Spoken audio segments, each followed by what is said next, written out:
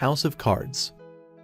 Do you, Carl, take this woman to be your lawfully wedded wife? The priest asked for the second time. I was a bit nervous because I could not sleep the previous night. So many things could have gone wrong, and I wanted to marry her. At least my mother had not caused as much drama on my wedding day or scared Grace off. I do, I said confidently. Everything went well and we said our vows, which I knew we both meant to always stand by each other. We kissed and then we were officially married.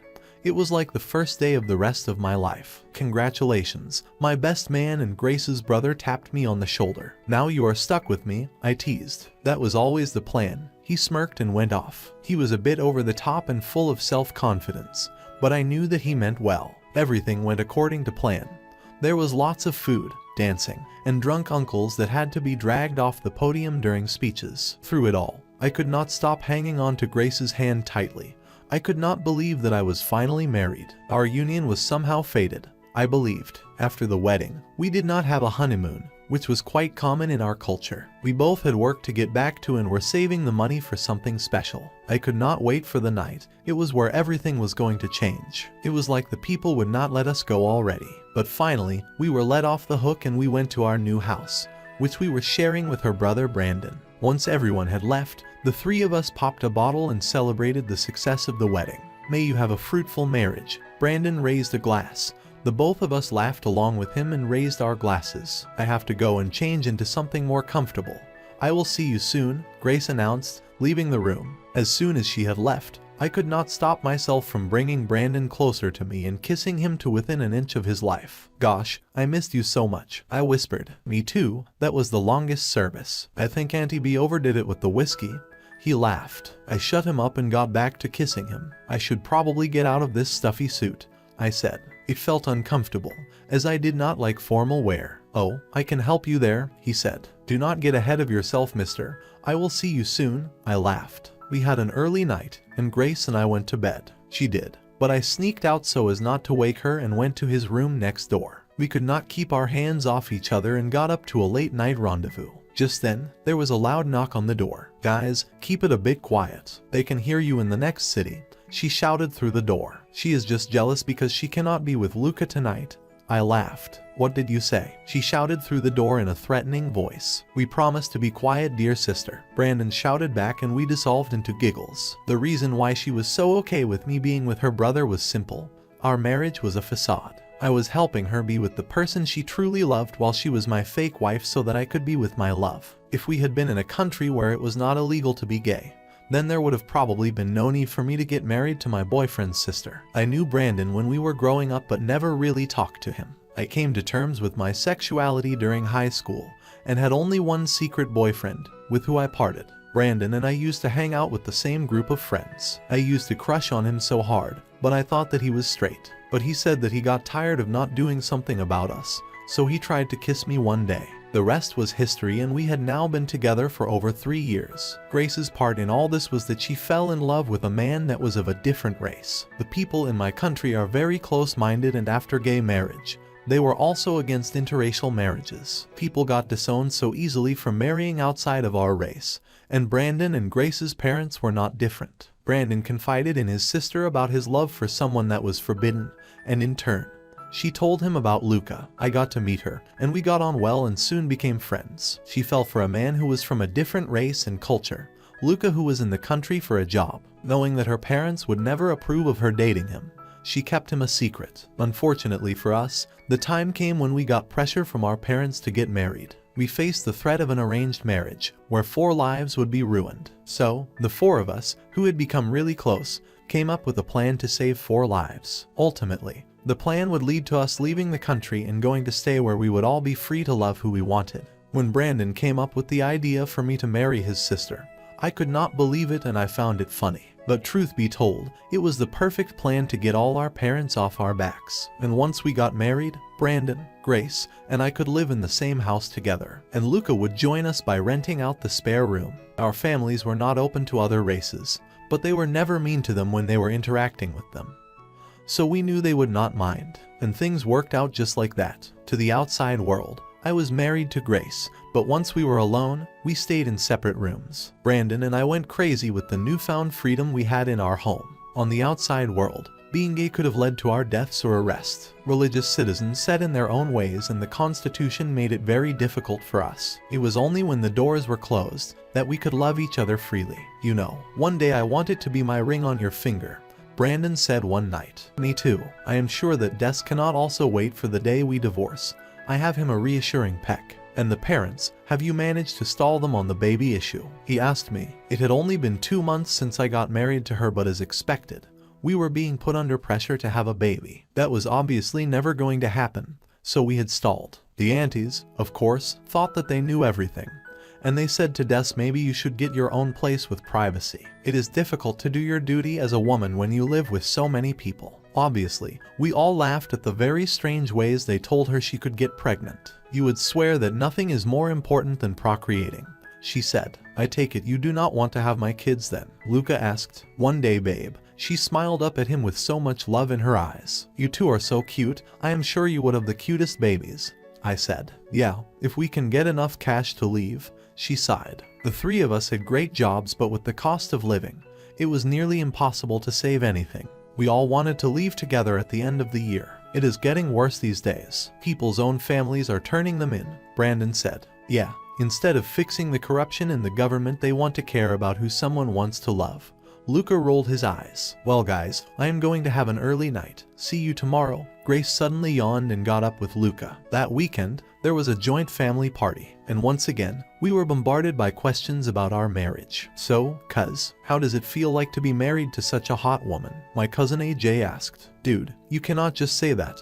I rolled my eyes at him. Well, sorry, I just do not know how you bagged her. He smirked. Hey, how are your results? I heard you got them yesterday, I said loudly enough for his mom, my aunt, to overhear. I chuckled as she dragged him off, asking him why he did not tell her. Hey, come with me, Brandon whispered and dragged me off before I could speak. We found ourselves in one of the spare bedrooms, and I giggled as he started to passionately kiss me. The thrill and danger were so addictive at times, even though one mistake would land us in trouble. So, I found these jobs, working on a cruise ship. I think we should apply, I said. Sush, stop overthinking all the time and focus on us, please. He laughed. I erased all my thoughts from my mind until I heard a commotion outside. I ran to look through the peephole and saw nothing. I opened the door and saw that most people were gathered around the corner. We slipped out without anyone noticing, and when we got there, Grace was lying on the floor. It looked like she had fainted, and her mom was trying to revive her. She finally opened her eyes after a few seconds. The women started looking at each other with knowing looks, and I got a sinking feeling in my stomach. We need to get you to a doctor to confirm, her mother said. To confirm what? She asked. Whether it is good news, her mother beamed. She left with Grace in the middle of the event while I called Luca to let him know what had happened. He wanted to rush to the hospital to see Grace, but he could not without getting caught. The three of us waited for Grace to come back with the news. If she was pregnant, then this would put a huge spanner in the works. As soon as the child was born, they would notice that it was mixed race and things would go downhill from there. She came back from the hospital a few hours later, and we all crowded her with questions. Let me take a seat first. Calm down, she said. The look on her face was one of exhaustion. The three of us started running around to make sure that she was comfortable, and after she had been sitting down for a while, she finally broke the news. We have to leave very soon, she said. Are you pregnant then? I asked. A few weeks pregnant, yes. If this child is born, then everything will be revealed. And I want to keep it, she said. Luca looked like he had seen a ghost and he looked off into the distance. I did not want to go back to my country, but right now, it is the best option, he said. You said you never wanted to go back, she exclaimed. When it comes to the woman I love and my child, I can put aside my grudge against my parents. Plus, Carl and Brandon can come to join us, he said. Luca had come to our country to escape his controlling family, but he was willing to risk all that for Grace. It was so heartwarming. So, while the paperwork was being arranged, we all tried to keep up the act. But as luck would have it, the worst thing possible happened. Since I was legally Grace's husband, I had to attend her scans and checkups with her. But Luca was the father, so they went to a private clinic instead. And there, someone who was close to her family saw her, took a picture, and shared it. When they came, I was cuddling Brandon in the kitchen. The whole family broke through the door and demanded to see her. What is going on? I asked. Your Grace is cheating, my uncle said. They started to call Grace while Brandon and I tried to calm them down. They were furious. Infidelity was not smiled upon in the community. And when they saw Luca coming in with Daisy, All hell broke loose. Brandon and I had to stand in front of them to stop them from hurting her. "What is wrong with you? She is pregnant," I shouted. "She is unfaithful. Do you not care that your child is fathered by another man? A foreigner at that. You have tainted the bloodline. We cannot let her give birth to this child," her father shouted. I was taken aback. Was his close-mindedness enough to hurt his daughter who was pregnant? "You will not touch my sister." Brandon stood in front of her and glared his father down. "Did you know about this? Is this why you are protecting this filth?" His dad replied.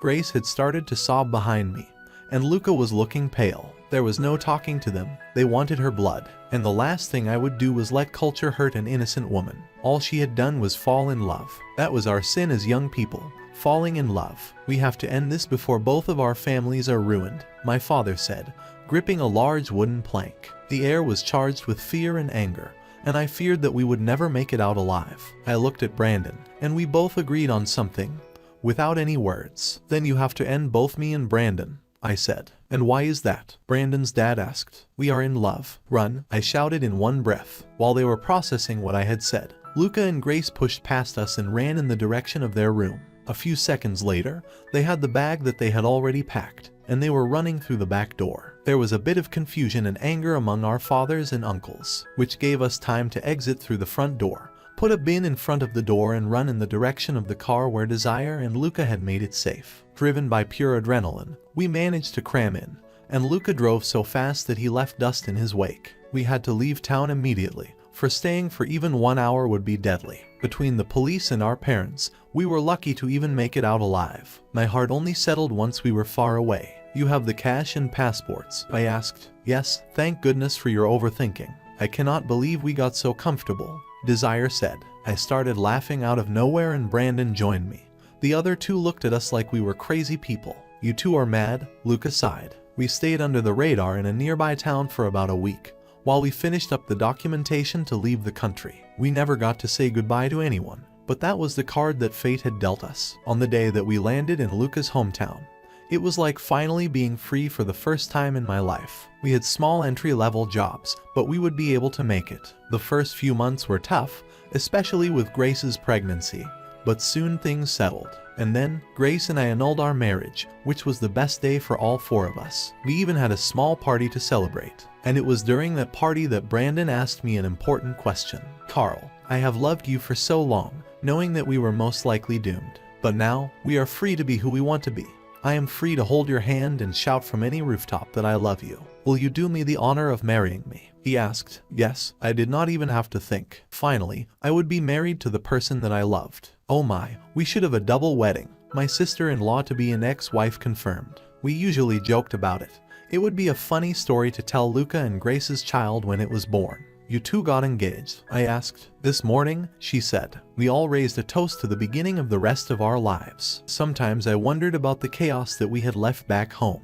But sometimes, to live, you have to cut ties with your own past. If we had stayed, Grace and Luca would have been attacked and Brandon and I would have gone to prison or worse, our graves. That night, while we were lying together in our bed, Brandon and I planned our future. How many kids we wanted to adopt, where we wanted our house, where we would have our honeymoon, etc. We had never allowed ourselves to even dream of such a thing. But thanks to a sham of a marriage, anything was now possible. I cannot believe I get to spend my whole life with you, and I can proudly tell the world that you are mine. I snuggled into him. I love you so much. Summary. Carl was born in a country where being gay is a punishable offense. He fell in love with Brandon, and they dated until Carl was forced to marry a woman. Grace, on the other hand, faces a problem because she falls in love with a man who is from another race and culture. Her family, like most in the country, can disown and even harm someone who marries outside of their race. With both under pressure to marry, they decide to fake a marriage so that they can both be with the ones they love. To the outside world, they are married, but in their house, they are with their respective partners. All this while planning to leave the country. But then, Grace falls pregnant with Luca, her boyfriend's child, and they must leave before she gives birth to a mixed-race child. Then, their cover is blown, and their families threaten Luca and Grace's lives. But Brandon and Carl manage to save them and the four run away to go and live in Luca's country. Grace and Carl divorce and get engaged to the ones that they love instead. The end. Thanks for watching. Consider subscribing to become a part of our Rainbow Force and stay wholesome.